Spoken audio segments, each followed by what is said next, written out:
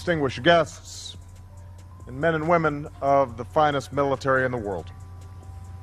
And most of all, Admiral Mullen, Deborah, Michael, and I also want to acknowledge your son Jack. I want to make sure he knows we're coming, or she. Yeah, that's true. Because if she's got some cubs, that's when you really got to worry. Yeah.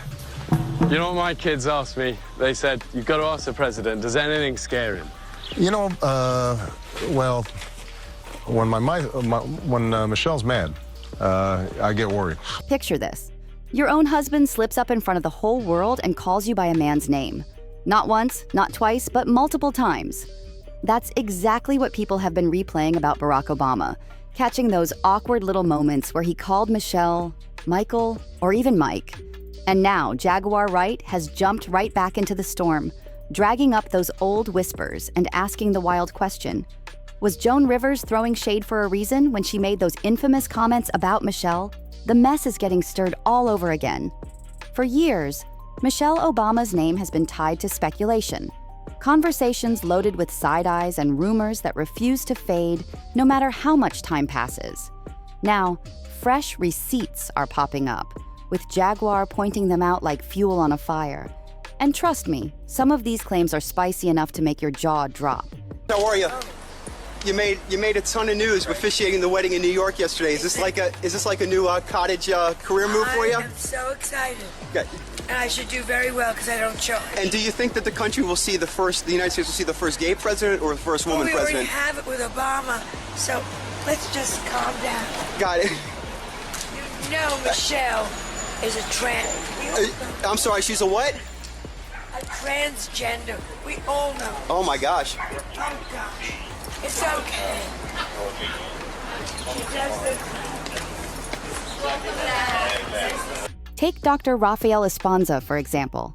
He was supposedly part of Michelle's medical care back in the 2008 election, and he allegedly said, "I know what I saw. Michelle Obama is not a woman who used to be a man. Michelle Obama is just a man with breast implants and a massive shaving bill." He even claimed medical staff were kept far away from her, only allowed to check vitals if absolutely necessary. And here's the shocking part. He swears he once walked in and saw Michelle standing while using the bathroom in Trenton. According to him, millions were handed over to buy his silence, but now he says, "Let them sue me. I can't stay quiet anymore." That's a bombshell, and that's not all. Alleged documents tied to the Illinois State Board of Elections suggest Michelle was registered to vote as a man from 1994 until 2008, the same year Barack launched his run for president. That's when the records supposedly switched to female. Talk about timing. Even Barack's half-brother Malik has stirred the pot, tossing out questions like, "Is Michelle Michael?" It's the kind of shade that makes people wonder if even the family finds things suspicious. Being catty by saying this, it's like there were 10 years when I couldn't stand my husband. Yeah. You do say that. You say 10 years. And guess when it happened? When those kids were little, right? Yeah. Right? Because, you know, you can be all great individually when you're just married. You got your life, he's got his, you come together. It's all, ooh, good to see you, bye, take it easy. And then you have kids. Not take it easy. Take it easy, you're traveling, that's great, good. I get to hang out and watch the TV I want to watch. Right. But the minute we had kids, it was like, where are you going? And how far? And you start measuring, it's like, how many diapers did you change? And, oh, you're golf. Malik hasn't just hinted once or twice. He's stirred this pot multiple times. He even tweeted that he could not confirm or deny the legend of Big Mike, aka Michael LaVaughn Robinson. And get this, he was still talking about it as recently as 2024, straight up saying he believes Michelle is actually a he, and that the Obamas have been hiding the truth all along. That's family drama at the highest level. Another detail people never stop pointing out: the missing pregnancy photos. The Obamas love showing off their wedding pics, but folks noticed we never saw Michelle pregnant, and pictures of the girls don't pop up until they were already toddlers, 3 to 6 years old. Michelle has publicly said Malia and Sasha came through IVF, but conspiracy chatter claims their real mother is allegedly Dr. Anita Blanchard, the very doctor who delivered them. It doesn't stop there. Vacation photos in Hawaii showed the Obamas hanging out with Dr. Blanchard and her husband, Martin Nesbitt. People started whispering that those two were always nearby, not just as friends, but as the real parents of the Obama girls, watching closely behind.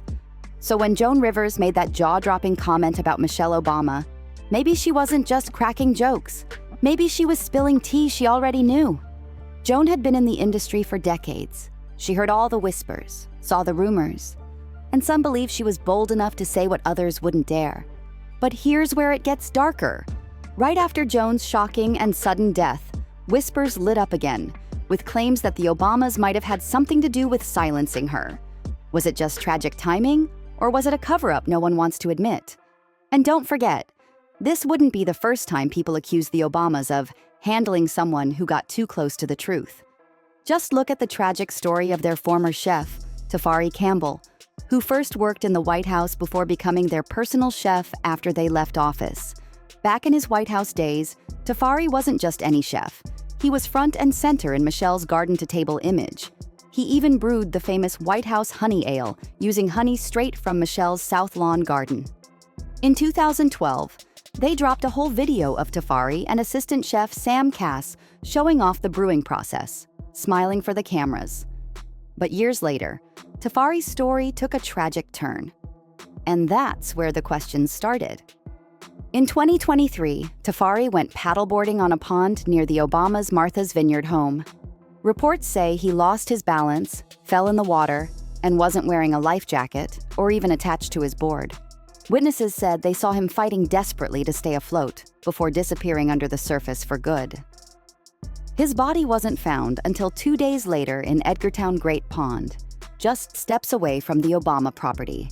According to police, another paddleboarder saw it all.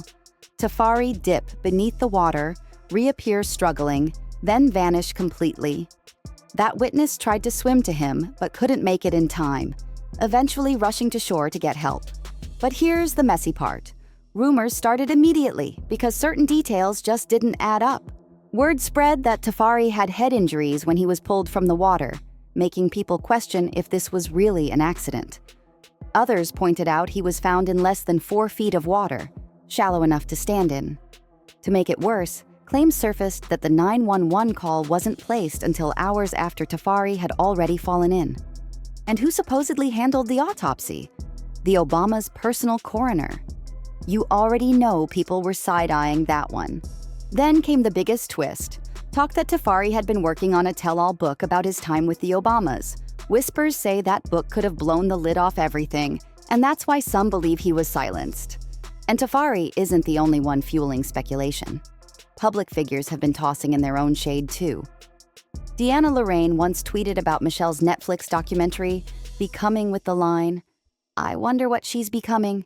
Stu Peters went even further, claiming Barack doesn't have children at all, and that Sasha and Malia's real parents are allegedly Martin Nesbitt and Dr. Anita Blanchard. The conspiracy theories just keep getting louder. Martin Nesbitt isn't just some name floating around. He's also the chairman of the Obama Foundation, which makes the whispers even louder. And it's not only random people stirring the pot. Chelsea Clinton herself once dropped a bomb in a now-deleted tweet, hinting that Barack actually married a man. And then you've got attorney Lynn Wood, who went public with claims that the Obama daughters were adopted and the world was lied to about it. Now remember, Lynn Wood's entire career is built on defamation cases, so people point out that he's not the type to casually put something in writing unless he thinks he can defend it. Jaguar Wright has only fueled this fire, repeating the same rumors about Michelle and saying, "This isn't just smoke, it could be real fire." She's even claimed that this is the very reason Barack allegedly steps out of the marriage. Messi doesn't even begin to cover that accusation. But in the world of gossip, that kind of claim is jet fuel. It makes the conspiracy theories even wilder. And those cheating rumors, they didn't start yesterday. People still bring up Vera Baker. Barack met Vera back in 2004 when she worked day and night to help get him elected to the US Senate, raising millions in donations. But whispers claim their relationship went way beyond politics. One taxi driver even testified that he drove Barack and Vera to a hotel, where the two allegedly spent the entire night together. The Globe ran a full expose on this. claiming Vera eventually returned to Washington after being exiled to Martinique by Michelle herself, right before Barack's presidential run. The report even claimed a top D.C. insider told them Barack and Vera spent a night at the Hotel George. That's the kind of detail that had people buzzing nonstop. But when the rumors spread, Vera was devastated. She came out swinging, filing a lawsuit against the Globe and insisting the story was false, saying it was planted by Barack's political opponents. According to her, those rivals didn't care how much harm it caused, as long as they could throw dirt on Obama's name. In her lawsuit, Vera Baker came out swinging. She said the Globe flat out lied, trying to make the world believe she and Obama had a secret hookup at a hotel. According to her, it was all false. Yet the Globe went as far as running multiple splashy headlines like "Cheating Scandal Erupts" and "Secret Video Could Destroy Presidency." The wildest part? There was no cheating, no scandal, and no video. But here's where it gets messy, because even after Vera sued, the whispers didn't stop. People still asked, was there really an affair? Did a secret video ever exist? Was Vera paid off by the Obamas to deny everything and disappear quietly? Or even darker, was she forced to vanish? Nobody has clear answers, but those questions keep echoing. And then we've got the divorce rumors. For the past 2 or 3 years, Michelle herself has admitted that marriage hasn't been easy, even to the point where she almost walked away. She's talked openly about how tough it was, even while being madly in love, because love alone wasn't fixing the cracks.